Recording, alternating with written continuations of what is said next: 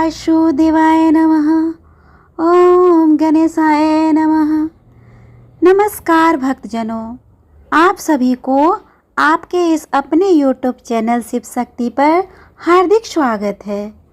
आज हम इस वीडियो में सुनेंगे पुरुषोत्तम मास, जिसे अधिक मास या मल मास भी कहते हैं, की महात्म कथा का 14वां अध्याय। भक्तजनों, आप लोगों से अनुरोध है, कृपया कर इस कथा को पूरे ध्यान और भक्ति भाव से सुने, ताकि इस कथा के श्रवण से मिलने वाले पुण्य फल की आपको प्राप्ति हो।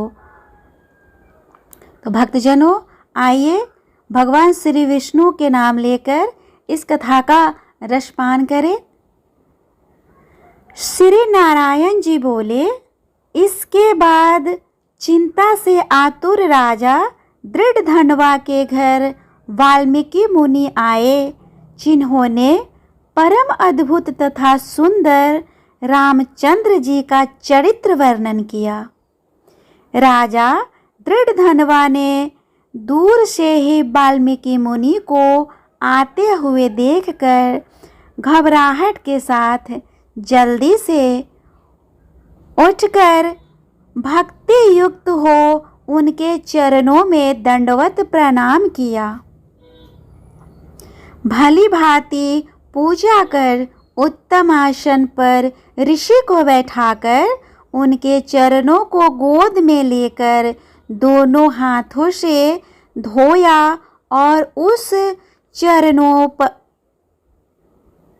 दक को बड़े हर्ष के साथ सिर से धारण कर सुख पक्षी की बात स्मरण करता हुआ राजा दृढ़धनवा ने मधुर वचनों में यूं कहा।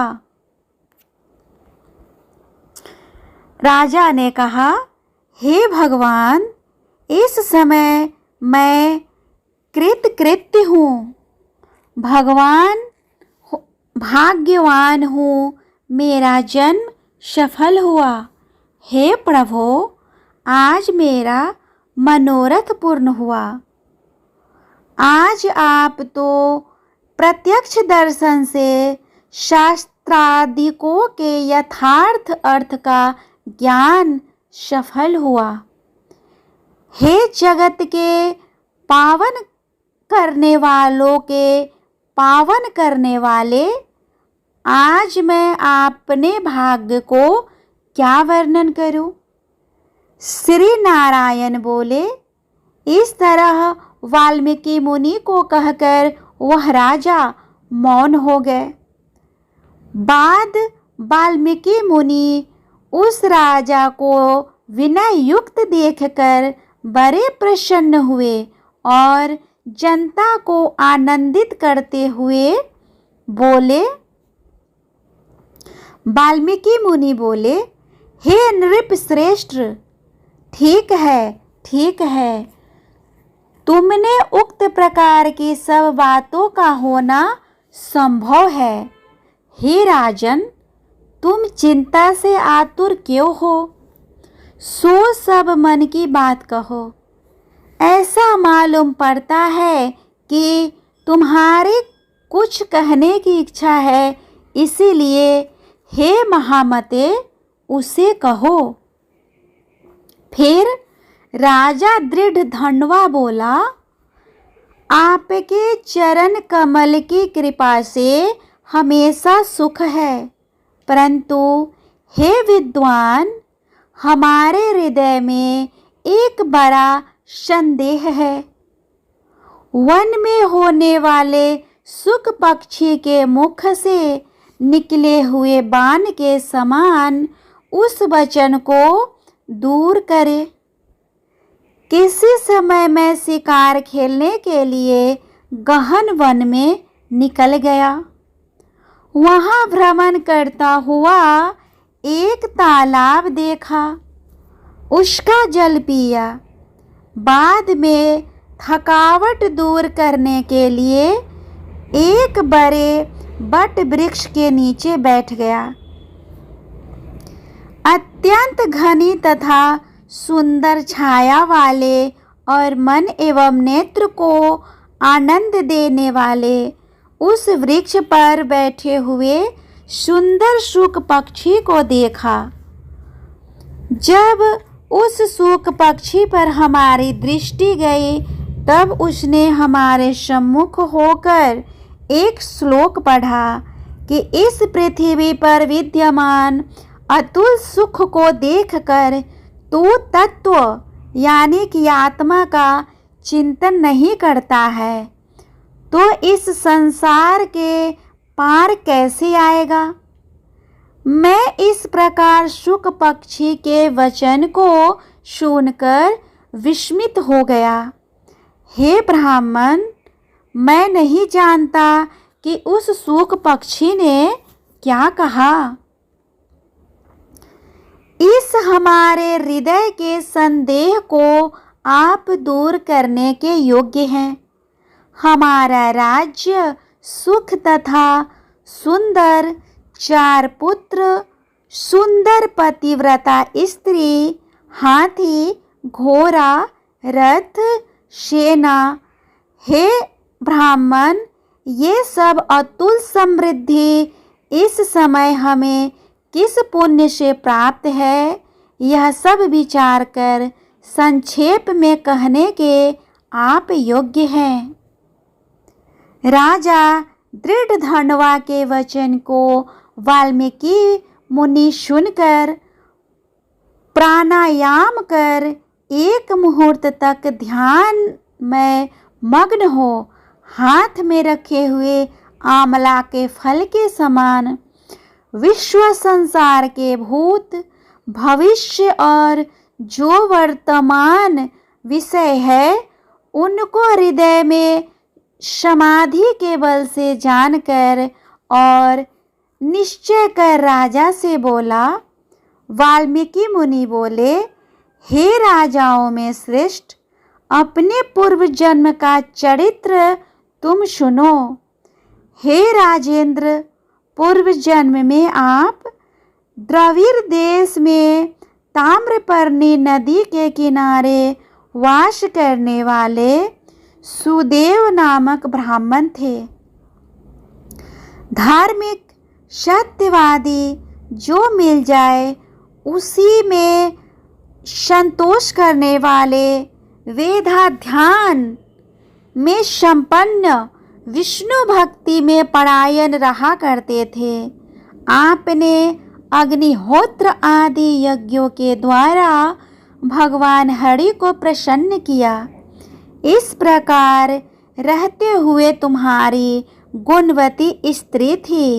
वह गौतम ऋषि की सुंदर कन्या गौतमी नाम से प्रसिद्ध, शंकर के सेवा में तत्पर, पार्वती के समान तुम्हारी प्रेम से सेवा करती थी।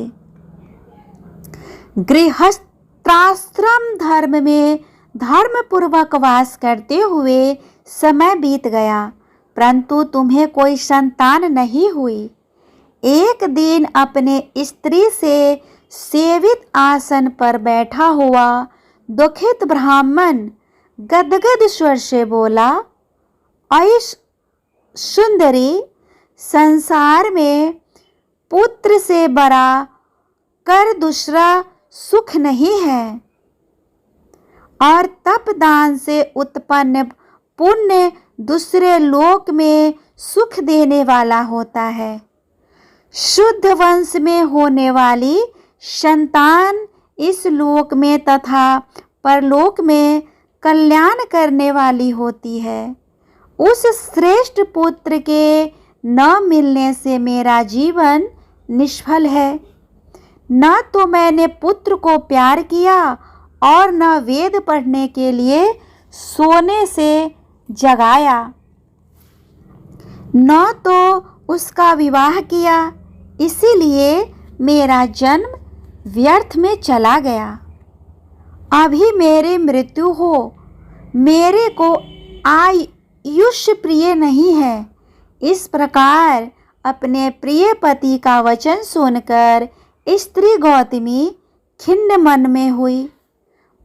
बाद धैर्य धारण करती हुई प्रिय वचन बोलने में चतुर, प्रिय पति के प्रेम में मग्न हुई स्त्री अपने पति को समझाने के लिए सुंदर वचन बोली।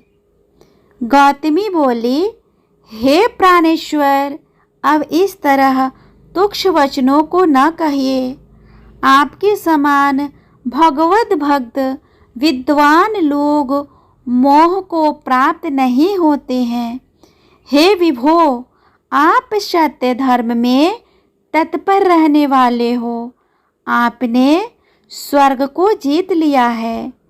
हे सुव्रत अर्थात हे सुंदर व्रत करने वाले, आप जैसे ज्ञानी को पुत्रों से सुख की प्राप्ति कैसे, अर्थात ज्ञानी पुरुष पुत्रों से होने वाले सुख की इच्छा नहीं करते हैं। हे ब्राह्मण, पहले चित्रकेतु नामक राजा पुत्र शोक से संतप्त हुआ। तब नारद और अंगिरा ऋषि के आने पर पुत्र शोक से युक्त हो संसार से उद्धार को प्राप्त हुआ। इसी प्रकार राजा अंगवेन नामक दुष्ट पुत्र के कारण रात्रि के समय वन को चला गया। इसी तरह हे स्वामिन, आपको भी संताति दुख देने वाली होगी। फिर भी हे तपोधन, यदि आपको शतपुत्र की लालसा है तो प्रसन्नता से जगत के साथ समस्त धर्मों के दाता हरि भगवान की आराधना करें। हे ब्राह्मण, पहले सांख्याचार्य कर्दम ऋषि ने जिनकी आराधना कर पुत्र को प्राप्त किया, जो कि पुत्र योगियों में श्रेष्ठ कपिल देव नाम से प्रसिद्ध हुआ। ब्राह्मण श्रेष्ठ इस प्रकार अपनी धर्मपत्नी के वचन सुनकर तथा निश्चय कर उस अपनी गौतमी स्त्री के साथ ताम्रपर्णी नदी के तट पर गया। वहां जाकर उस पवित्र तीर्थ में स्नान कर अत्यंत श्रेष्ठ तप करता भाया। 5 दिन के बाद सूखे पत्ते तथा जल का आहार करता था। इस प्रकार तप करते उस तपोनिधि सुदेव ब्राह्मण को 4000 वर्ष व्यतीत हो गए।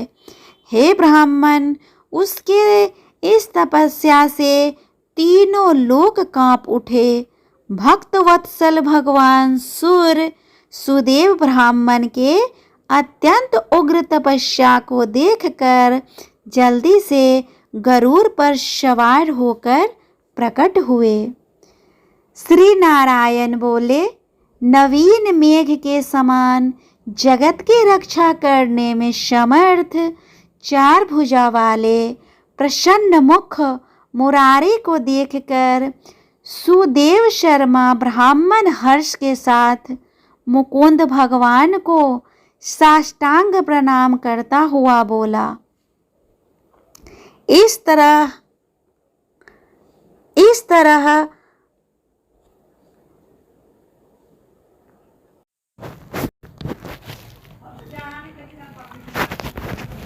प्लीज़ मेरे वीडियो को लाइक करें, शेयर करें और मेरे चैनल को भी सब्सक्राइब कर ले और साथ ही बेल आइकन को भी दबा ले, ताकि जब भी मैं कोई वीडियो अपलोड करूं उसका नोटिफिकेशन सबसे पहले आपको मिले।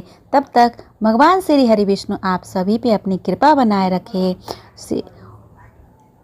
ओम नमो भगवते वासुदेवाय नमः। ओम लक्ष्मी नारायणाय नमो नमः।